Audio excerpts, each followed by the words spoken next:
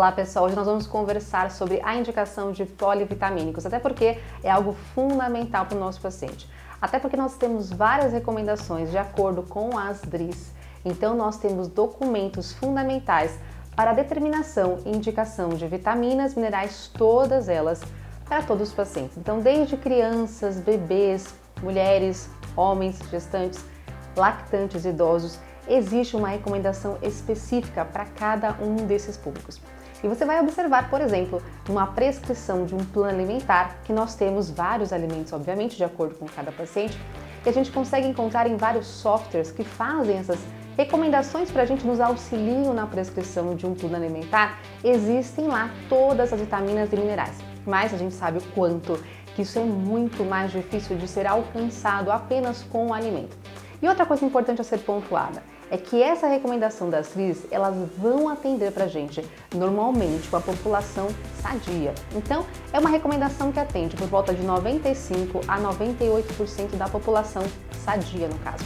Então, vejam só, quanto é difícil a gente formular no plano alimentar essa quantidade adequada, ou seja, nós temos aqui dentro das DRIs duas recomendações. A recomendação da RDA, que é uma recomendação que vai atender a população sadia, mas nós podemos alcançar uma recomendação até a UL, que é o Upper Limit, ou seja, uma recomendação máxima que nós temos na prescrição para os nossos pacientes. Mas olha que interessante, a gente não consegue normalmente alcançar essa quantidade em alimentos para as pessoas saudáveis. E além disso, imagina só, para um paciente que apresenta alguma carência, alguma deficiência, o que é a maioria. Então nós temos vários pacientes que necessitam de uma recomendação adequada de vitaminas e de minerais. E é por conta disso que apenas uma alimentação fica um pouco mais complicada essa indicação. E é por conta disso que nós precisamos ter uma atenção ainda maior para aqueles pacientes que têm carências nutricionais. Então observem o quanto que hoje em dia existem muitas carências, especialmente num paciente que apresenta uma alteração intestinal. É aquele paciente que tem uma doença celíaca, uma doença de Crohn, um paciente que tem uma síndrome do intestino irritável, e é por conta disso que esse paciente tem uma absorção de vitaminas e minerais mais insuficiente.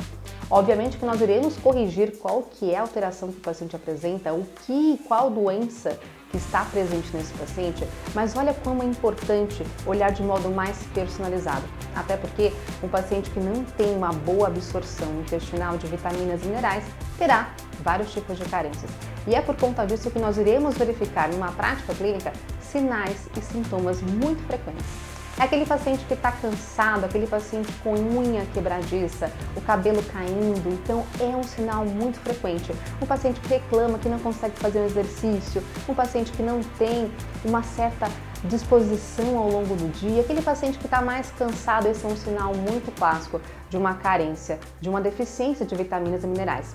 Claro que nós podemos complementar isso com a avaliação de exames bioquímicos, mas observem que não é só esse público que pode apresentar carências. Por exemplo, nós temos muitas pessoas que apresentam carência de vitamina D, o que é muito comum na nossa população de modo geral. E além disso, existem pessoas que são ainda mais susceptíveis a isso. Por exemplo, nós temos as gestantes, os pacientes idosos, que além de ter um prejuízo numa questão de digestão, de metabolização, de absorção de nutrientes, também muitas vezes tem uma carência no consumo dos alimentos. Então, por conta disso, precisamos de um ajuste, de um controle nessa prescrição.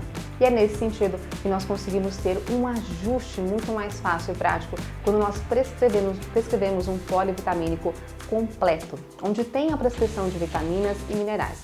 Mas além disso, não é só isso que importa. Vejam que a composição desse polivitamínico e o que está presente por lá é fundamental.